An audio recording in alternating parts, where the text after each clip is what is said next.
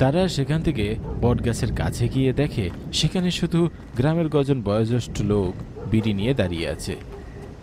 অবিনাশ, বিধান আর গুনিন কাকা। বৈদ্যনাথপুরের সকল সমস্যার সমাধান করে থাকে গুনিন কাকা। তাদের কারো বয়স 60-এর নিচে হবে না। গুনিন কাকার কথা সবাই মেনে চলে এখানে। ওম আর অংশুকে আসা দেখে গুনিন বলে উঠল, রে তোরা হন্তদন্ত হয়ে এখানে আসলি যে? আজকের এই ভজন হবে না রে, সবাই বাড়ি গেছে, তোরাও চলে যা। দেখছিস না কেমন উলট পালট হয়ে যাচ্ছে। আমরা এই জন্য এখানে আসিনি কাকা। বীরেন আমাদের সাথে ওই খড়ের চালার ওপাশটাতে ছিল, কিন্তু এখন দেখছি না। কি বলছিস কি?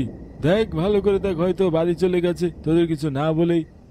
না গো কাকা, অংশী ঠিকই বলছে। এই ঝড় বৃষ্টির মধ্যে আমরা একসাথে খড়ের চালার নিচে গিয়ে দাঁড়িয়েছিলাম, কিন্তু এখন দেখছি না। ছেলে দুটোর কথা